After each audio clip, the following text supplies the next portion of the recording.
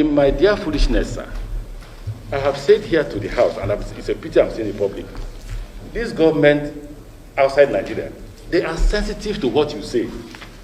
Nobody's stopping you for investigation. No government outside Nigeria or in Nigeria can stop you for investigation. We were saying that if Nigeria has applied for 3 loans already, 3, Port Harcourt Maiduguri, the Minister of Finance told me here that she was stopped and told that the next Dorian plan will not be approved unless we get Port Harcourt Maiduguri. Port Harcourt Maiduguri goes through the southeast and the northeast. The only south town in Port Harcourt Maiduguri is Port Harcourt. We're about to apply for loan. They will not grant that loan. Then you summon us back to the House and say, why are we constructing Lagos Kano and we're not constructing Port Harcourt Maiduguri? The appeal I was making initially was, can we be allowed to get this loan? Then you can summon us. Not to start what you're doing and the whole process would then be stopped. Because even me... Can I refer you to a law enacted by this country? I refer to the Establishment Act, Section 21. No external loan shall be approved or obtained by the minister unless in terms and conditions shall have been laid before the National Assembly and approved by its resolutions. These are laws of this country. Chairman, if you allow me speak. Please go ahead. There is no law I can tell you taken by this government that is not approved by this House. And you brought all the conditions? There's no document to send. There's no document to sign in China that's not brought before the member, you are seeing it now. No, before the Senate committee. We're talking about House of Rep. The law says to the Senate committee who approves it. The law didn't say us. No. The Senate committee that approves international loan demand for all these documents. And where is the law that says so? Can you refer me to it? Chairman, I therefore keep quiet. Because you're no, can you refer me to that law? You're both chairman and minister for transport. Since I can't speak, then you do the speaking. No, I don't think so. I'll do the listening. No, see, listen. I've always availed time for you to defend. You can do the speaking, I will do the listening. That you refer to a law that mandates Senate committee. I say, show us the law. Chairman, the Senate committee required us in applying for the documents. And he said the National Assembly must approve. I said we furnish in that Senate committee with all the available documents that is needed for which the Senate approved the loans. So there's nowhere in this country that an international or even local loan will be approved, will be taken without the approval of the National Assembly. It will not happen. It is against the law.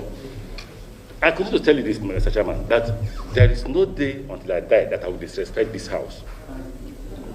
Because I was one speaker.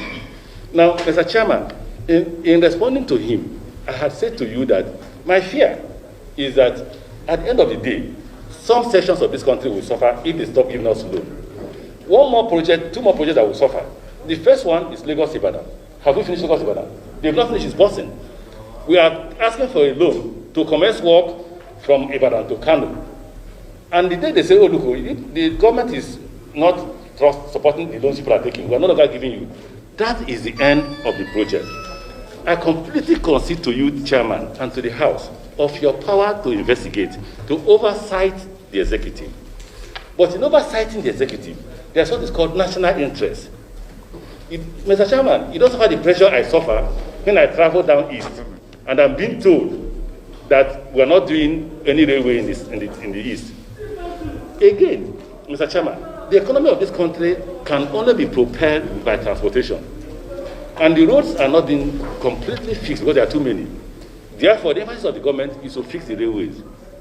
So, no problems.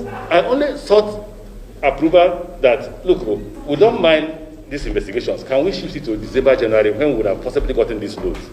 Once we get these loans, Chairman, turn me upside down, I will answer you. When you hear me say the things I'm saying because thank God he said they are also getting pressure, but I'm getting more of the pressure. Now listen, there are rumblings up there in China, and there are loans you have asked for. If your government is not in agreement with this, don't forget that there are also some allegations against China here and there. If your government is not in agreement with this, we can stop. And the moment you stop, different things will happen. Lagos-Ibadan is not completed, and I want to put on record so that if it happens, they will know that I said it. Lagos-Ibadan is not completed. Ibadan to Kano is... I think you are Minister. I'm coming, sir. I'm coming. When you are mentioning Lagos-Ibadan, and you are mentioning Enugu, You are trying to blackmail this committee. How? I'm coming. You are trying to blackmail this. You are trying to push this committee against Nigerians. Against Nigerians. The only thing I want to look here is this. You heard me say that I had a private discussion in which I made this request privately. Can we please? And it wasn't granted. Please, sir. This committee is guided by rules. Why I'm saying this clearly is this. The documents we have gone through, not only this document, we've not gone through this. There are variations on rate and interest rates in many other documents. Those variations will ask Ministry of Finance how manage these variations are. Those are the items we look out for here. We're not saying that somebody is corrupt. Why do you sign these documents different from this interest rate? And you sign it at the same time. So those are issues that comes up on communications and Ministry of the other ministries that we're going to ask us and interrogate. We're not saying because money is not paid directly to people in this country, it's paid to the district. We have seen the agreement here. We have also seen clause where sovereignty is waived if we default. We have seen it in a document. We have seen it in a document. It's not in a document. The sovereignty of our country is waived. And I believe that that particular clause is not part of the thing they brought to the National Assembly to approve. Because no National Assembly members will look at that clause and approve such. So you in your own way, you might be right in what you are doing to defend this country when signing, when reaching a disagreement. Others might not be so. So we must take a critical look at them one by one. This committee has not been functioning in the National Assembly before, but now the committee has started functioning. And we must use this committee to defend Nigerians. That's all we're after. So if in the next 2 weeks we are free, give us a date. No, I don't want to take date. It's a consensus issue. It's a consensus issue. Okay, Clark, can you give us a date next 2 weeks? In the loan to construct the rail from Ibadan to Kano is $5.3 billion. The reason why you're ceding your sovereignty, not that you're ceding your sovereignty, you can't take away the sovereignty of Nigeria. The implication is that if at the end of the day you don't pay us back our money, whatever we need to take from you, we will take without you telling me about sovereignty. But most times what the Chinese do is that they go after the same asset that they have constructed to be able to recover their money. So what's wrong with that? You're asking for $5.3 billion. That's how many trillions? Nearly 8 trillion naira. And they say, just waive that sovereignty. Don't tell me if I want to get back this asset. You say, no, I'm a government in Nigeria. You can't take it. So how do I recover my money? Now, for me, the National Assembly, in their wisdom, don't forget they're wise men, going by the Constitution.